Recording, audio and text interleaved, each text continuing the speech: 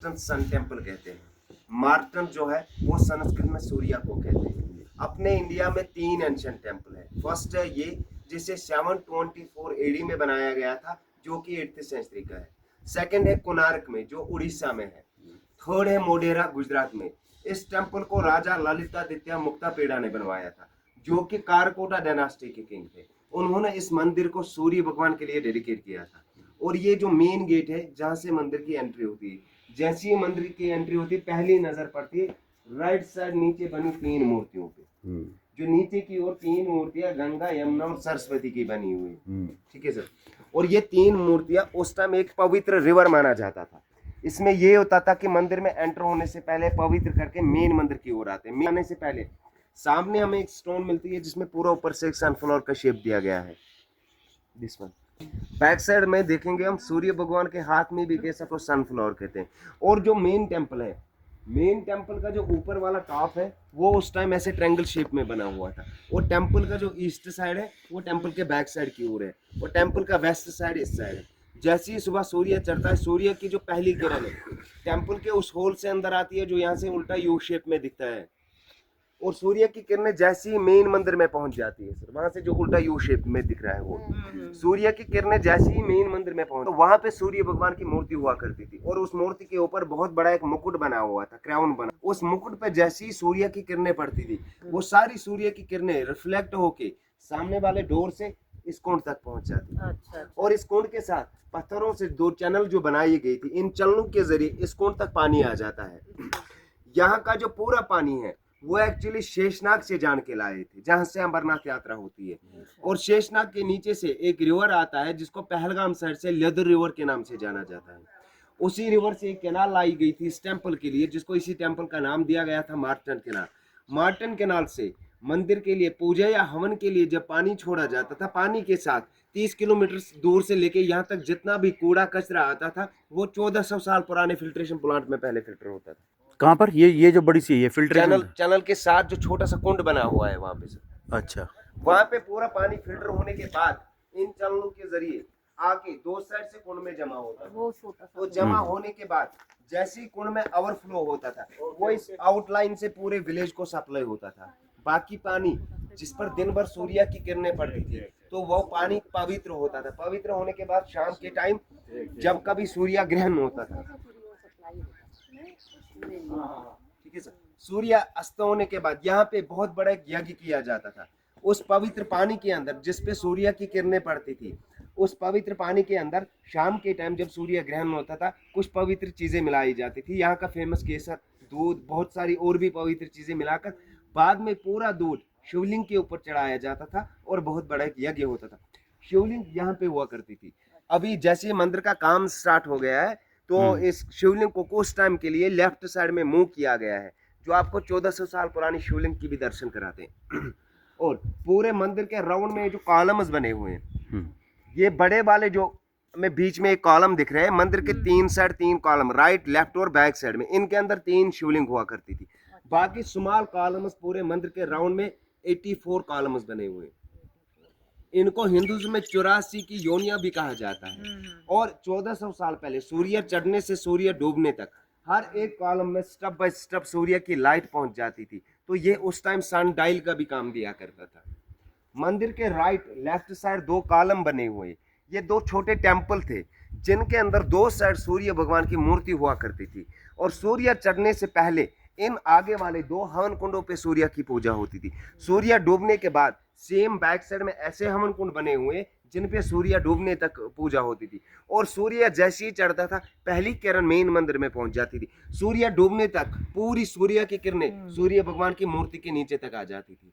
और पूरे मंदिर के डाउन वाले स्टेप में अगर हम देखेंगे जहां पे वो छोटी कार्विंग की गई है यहाँ से,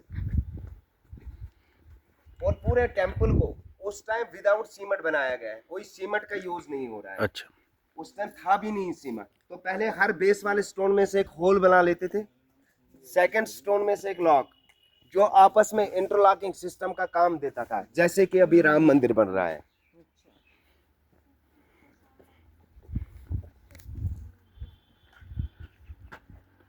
और यह है 1400 साल पुरानी शिवलिंग। कौन सी शिवलिंग? अच्छा, वो जो बोल रखी है।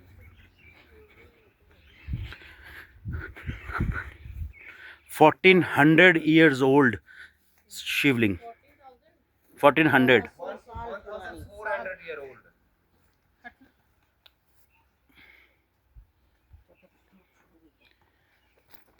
हर हर महादेव। शिवलिंग के बारे में हमने तो कह दिया। और रही बात पूरे मंदिर के डाउन वाले स्टप में, जहाँ से हम यहाँ से देख सकते हैं, इस कॉर्नर से लेके पूरे मंदिर के राउंड में लास्ट वन कॉर्नर तक पूरे मंदिर के सर्कल में 365 देवी देवताओं की मूर्तियां बनी हुई। इस बिल्कुल, जो कि सात मंदिर के सराउंड में 365 मूर्तियां थी हिंदू देवी देवताओं की। देख लो अपने देवी देवताओं को कैसे हो गए, ये देख लो। मुझे पता इतने के बाद भी किसी को कोई शर्म नहीं है। आप वाला टॉप जो हमने बताया था वो ट्रायंगल शेप में बना हुआ था। ये एक टॉप वाली स्टोन है जिसमें पूरा ट्रायंगल का शेप दिया गया है। इस मंदिर का ऊपर वाला छत जो था, टॉप था, इसी शेप में बना हुआ था। ये उतना ब्लर होगा, बाद में हम क्लोज से भी देख सकते हैं। ये जो 1400 साल पुरानी स्टोन है यहाँ पे, इसमें हर देवी देवताओं के वाहन बनाए गए थे सर।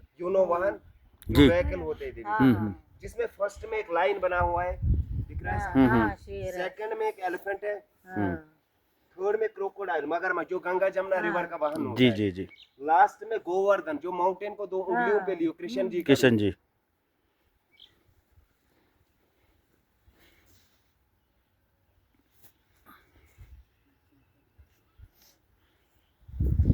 थोड़ा इस एंगल से देखेंगे हम सर।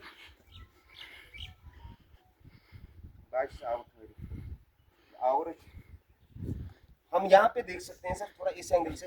ये जो कॉर्नर में मूर्ति है, जैसे कि ये बच्चा कह रहा था, ये पूरा एक मूर्ति का फेस बना हुआ है सर। फेस के नीचे यहाँ से ट्रांस जा रहा है, ये है गणेश जी की मूर्ति, गणपति की। मंदिर के फ्रंट साइड में, राइट साइड में जो टॉप वाली स्टोन हुआ करती थी, उस टॉप वाली स्टोन में 2 मूर्तियां हुआ करती थी, एक राम दूसरे लक्ष्मण की। राम जी के हाथ में एक धनुष देख सकते हैं हम, उनके साइड में लक्ष्मण की मूर्ति है।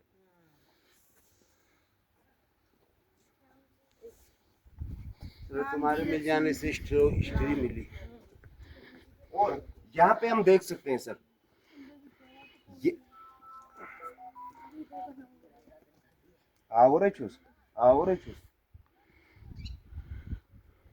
इस मूर्ति की पूजा ज्यादा अब महाराष्ट्र में होती है सर। यह है विठल जी की मूर्ति।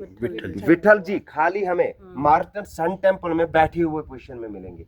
बाकी आपने सर देखा होगा या स्टैंडिंग पोजीशन या लेटे हुए पोजीशन में। और विठल जी की जो एक चीज फेमस होती है, उनके कानों में वो मच्छी होती है, फिश, और उनके सर के ऊपर यू शेप में एक टीका होता है, जो देख सकते हैं। और यहाँ से देख सकते हैं हम, यह कृष्ण जी की मूर्ति जिनके हाथ में एक बांसुरी है, ठीक है सर। इनके साइड में राधा जी की मूर्ति बनी हुई है। और ये जो है, ये मूर्तियां,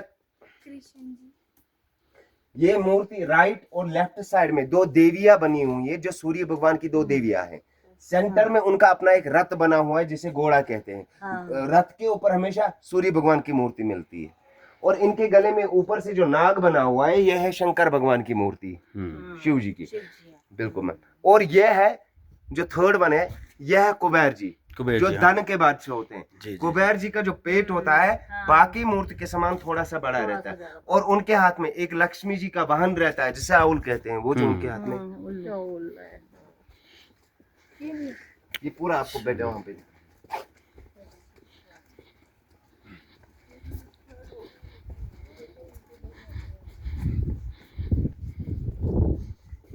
मंदिर में जैसे ही हम एंटर हुए थे, हमने एक स्टोन देखी थी जिसमें पूरा ऊपर से एक सनफ्लावर का शेप दिया गया था। वहां पे अगर हम नजर डालेंगे, जो पूरा साफ में क्लियर में दिख रहा है हमें, सूर्य भगवान का एक फेस बना हुआ है। उनके हाथ में भी एक ऐसा फ्लावर है जिसको सनफ्लावर कहते हैं सर। और उनके सर के ऊपर भी सेम ऐसा एक मुकुट बना हुआ था, जैसे रियल मूर्ति हुआ करती थी उस टाइम मेन टेम्पल में। और इस टेम्पल की जो नीचे वाली फाउंडेशन है, वो 27 से फाउंडेशन है, 27 से 26 फीट नीचे है। इसलिए जब इस पे आक्रमण किया गया, डिस्ट्रॉय किया गया, तो ये इतना मजबूत था, उनसे नहीं हो पाया। बाद में वो दोबारा आए, वो कैसे आए, किन्होंने किया, वो मेन टेम्पल में आपको पूरा बता देंगे सर। पहले यहाँ पे देखेंगे, मंदिर के बैक साइड में एक और कॉलम है, जिसके अंदर शिवलिंग की बेस अभी भी मौजूद है, और उस बेस के आगे पूरा एक एलिफेंट का शेप दिया गया है। ये एक ट्रिब्यूट दिया गया है उस टाइम एलिफेंट को। जितने भी हैवी स्टोन्स उस टाइम लिफ्ट किए जाते थे वो ऊपर हाथियों की मदद से किए जाते थे, मालूम? उस वक्त टेक्नोलॉजी थी नहीं, ना ही इस तरह के कोई वो थे औजार। और ये है 1400 साल पुरानी हिस्ट्री, जो यहाँ की फर्स्ट, बेटा ये अब हिस्ट्री में भी आ रहा है, ठीक है, इसका ध्यान रखिए। बिल्कुल बेटा, इसका नाम है शारदा लिपि। शारदा लिपि पूरे इंडिया में हमें कश्मीर में मिलती है, ठीक है। तो सेकंड मिलती है पीओ के साइड में, जहाँ पे शारदा पीठ है और वहाँ पे शारदा देवी का एक मंदिर भी है।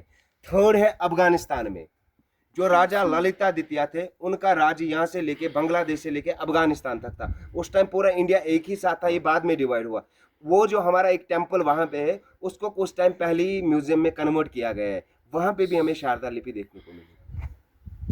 यहाँ पहुँचते ये है यहाँ पे सरस्वती की मूर्ति। सरस्वती के नीचे एक वीणा बना हुआ है सर, और यहाँ से देखेंगे हम जो बड़े वाले कॉलम में ऊपर से जो कार्विंग की गई है, ये गंधर है, ठीक है सर।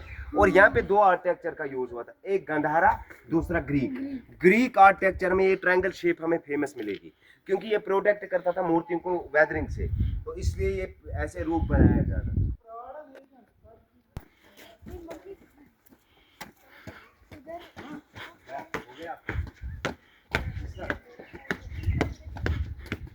कैसे हुआ ना?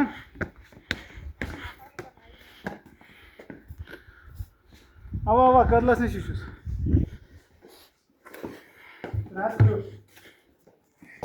मेन टेम्पल में आने से पहले जो यहाँ पे जो कार्विंग की गई है, राइट और लेफ्ट साइड में दो द्वारपाल जो है ये जय और विजय के हैं। ओके। जय और विजय। और ये मूर्ति जो है, इस मूर्ति का मंदिर अभी भी एक ही जगह पे है, वो है पुष्कर राजस्थान में, जो ब्रह्मा जी। बिल्कुल, ब्रह्मा जी के ऊपर 3 फेस देख सकते हैं जी। उनके बैक साइड में और एक फेस है, इनके अपोजिट में विष्णु की मूर्ति बनी हुई है।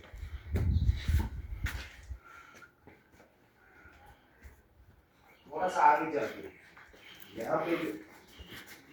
यहाँ पे जो 2 मूर्तियां है, ये 2 मूर्तियां गंगा और यमुना की है। गंगा यमुना रिवर में आज भी हम पाते हैं। एक रिवर में क्रोकोडाइल मगरमच्छ होता है सर, जो इनके नीचे एक मुंह खोल के बैठा है सर।